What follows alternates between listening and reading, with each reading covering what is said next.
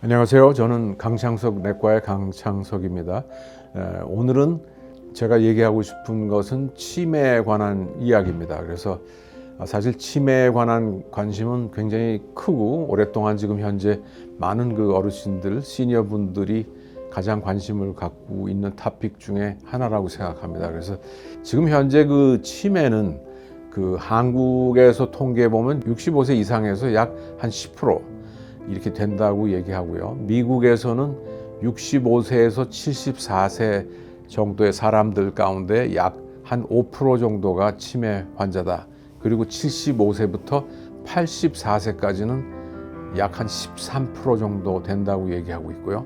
85세 이상에서는 약 한 2, 3% 정도 되죠. 그러니까 85세 이상은 한 3명에 1명 정도 꼴이 치매 환자다. 이 미국의 통계입니다. 그래서 그 치매의 가장 큰 그 부분을 차지하고 있는 게 한 60-70% 환자는 알츠하이머라고 합니다. 알츠하이머 환자인데 알츠하이머 환자는 그 뇌의 세포의 전달 물질들의 그 뇌세포가 죽어가고 전달 물질들이 적어지고 그러면서 뇌 기능이 떨어지는 거죠. 그래서 그거가 이제 알츠하이머 환자가 한 60-70% 차지하는 치매의 원인의 가장 큰 이유고, 두 번째에서는 그 혈관성, 즉 풍이 맞아가지고 뇌졸중, 뇌출혈, 뇌의 그런 우리가 흔한 뇌혈관 질환으로 인한 그런 치매가 두 번째로 많은 거고, 세 번째는 이제 타우시 여러 가지 그런 좀 그 부분은 많지 않지만 그러한 그 다른 좀 희귀한 그 원인으로 되는 그런 것에 그 치매가 있을 수 있겠습니다. 그러나 이제 우리가 가장 흔한 것이, 그리고 가장 많이 얘기하는 게 알츠하이머 하는데, 그 알츠하이머 병의 그것이 치매의 한 60% 내지 70%를 차지합니다. 그래서 지난 한 20년 넘게 많은 제약회사의 많은 사람들이 이 알츠하이머의 약을 개발하기 위해서 굉장히 노력을 많이 했죠. 그래서 이 알츠하이머 병에는 보면 그 베타 아밀로이드라는 특정 물질이 그 치매 환자의 그런 물질이 이렇게 쌓여서 어떻게 보면 노폐물이라고 생각하는데, 그런 물질이 그 알츠하이머 환자에서 높은 거를 보고 그 많은 그 제약회사에서 저 알츠하이머 병에 가장 많은 그 베타 아밀로이드를 없앤다든지 그 쌓이는 걸 방지하든지 이렇게 하면 치매가 정복되지 않을까, 알츠하이머 병이 정복되지 않을까 하는 그러한 목표로 정말로 굉장히 그 전력을 질주해서 그 많은 그 제약회사에서 그 치매를 정복해야 해서 그 베타 아밀로이드를 억제하거나 없애거나 방지하는 그런 물질을 위해서 전력 질주해서 왔습니다. 그러나 지난 한 4, 5년 동안에 거의 목적지에 다다랐다고 생각했을 때 실제적으로 그 제약회사들이 발견한 그 포인트는 무엇인가 하니, 그 베타 아밀로이드를 억제하고 없애고 발생을 만들지 못하게 했음에도 불구하고 그 알츠하이머 환자가 낫지를 않았다는 거죠. 베타 아밀로이드 물질은 치매의 그 알츠하이머 환자의 결과물이지 그것을 없앴거나 방지한다고 해서 그 치매가 발병이 안 되거나 그 나아지거나 하는 그런 현상이 아니었다는 거죠. 제약회사에서는 치매의 정복에 관해서 큰 혼란 속에 빠져 있습니다. 그래서 한 1년, 2년 전에 그 길로 와서 그 개발된 그 물질 중에 하나가 이제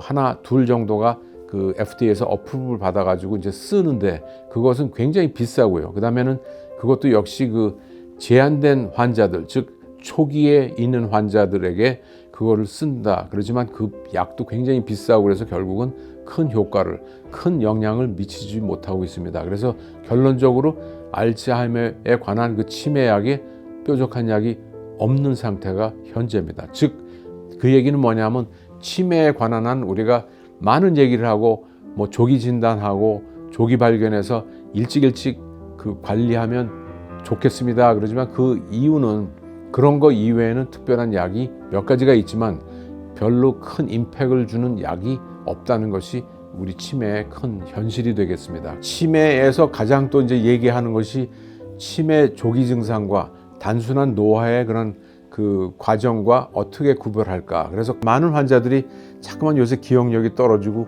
단어가 생각 안 나고 자꾸만 엉뚱한 일들이 벌어지는데 이거 뭔가 하면서 저에게 많은 사람들이 문의를 옵니다. 이게 우리가 볼 때 책상을 앞에 놓고 냉장고라고 얘기한다든지 뭐 테레비를 놓고 엉뚱한 뭐 선풍기라든지 엉뚱한 단어로 recognize 하는 거는 그거는 치매의 조기 증상이라고 볼 수 있고요.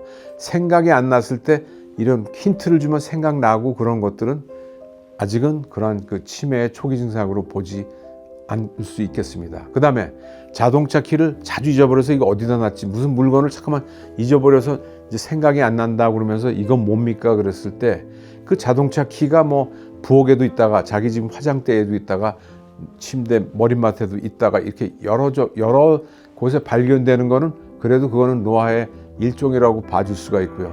그 키가 냉장고 안에서 발견되든지 그 키가 전자레인지 오븐 안에서 발견되는데 정말로 엉뚱한 곳에서 발견되는 거는 치매의 조기 증상이라고 볼 수가 있겠죠. 그리고 어떤 거는 이제 일하는 속도가 굉장히 느려지고 평소보다 시간이 좀 더 걸리고 그런 거하고 아예 그런 그 지시사항이라는 거를 쫓아가지 못하는, 완전히 스킵하거나 쫓아가지 못하는 거는 치매의 초기 증상으로 볼 수 있고, 시간이 좀 걸리지만 그것을 끝내는 느리지만 할 수 있는 것은 노화의 현상에 이렇게 구분할 수가 있겠습니다. 제가 지금 얘기하는 이런 예들은 그 하버드 의과대학에서 예를 주면서 이제 이러한 예를 한 거를 제가 좀 따라서 한번 설명을 드려보는 겁니다. 그 다음에는 이제 말을 하는 중에 어떤 다툼 중에 버럭 화내고 좀 쉽게 감정이 이렇게 격하게 가는 거는 일종의 아직은 노화의 그런 그 성격의 변화로 볼 수가 있겠지만, 아무런 이유 없이 그 배우자에게나 사람에게 버럭 화를 내고 아무런 이유도 없는데 그런 돌발적인 행동을 하는 거는 치매의 초기 증상으로 볼 수가 있겠습니다.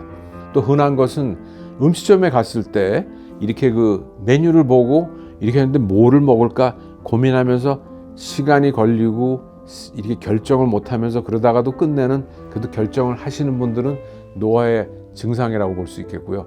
아무리 메뉴를 판을 놓고 있어도 끙끙하면서 결국 끝내 결정을 못해서 옆에서 뭐 이렇게 결정을 해줘야 하는 그런 것들, 그러니까 결정을 잘 못하는 그러한 상태에 가면 그런 분들은 치매의 초기 증상을 보이는 것이다, 이렇게 볼 수 있겠어요. 그러니까 제가 지금 쭉 여러 가지 예를 들었는데 이런 사소한 것 같지만 이런 것들의 차이점이 치매 초기 증상이냐 아니냐, 단순 노화로 보느냐, 그런 예를 제가 말씀드렸는데 이것이 그 하버드 대학에서 예를 들어서 했던 그러한 것들의 예로 볼 수 있겠습니다. 그래서 이런 사소하지만 그런 조금의 차이를 우리가 옆에서 예민하게 관찰하면서 우리의 배우자나 부모님이 치매 초기 증상을 보이는 것 같다 그러면 이제 오셔서 제가 진단을 할 수 있겠죠.